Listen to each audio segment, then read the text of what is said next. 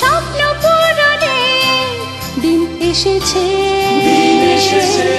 আগামীর দিন হবে আমাদের বলেছে। আমাদের স্বপ্ন পূরণের দিন এসেছে, আগামীর দিন হবে আমাদের বলেছে। সকালের সূর্য কিরণ থেকে চাঁদের আলোয় দিন যে রঙিন হবে আশার আলোয়, শেখালোয় জীবনের পাঠ।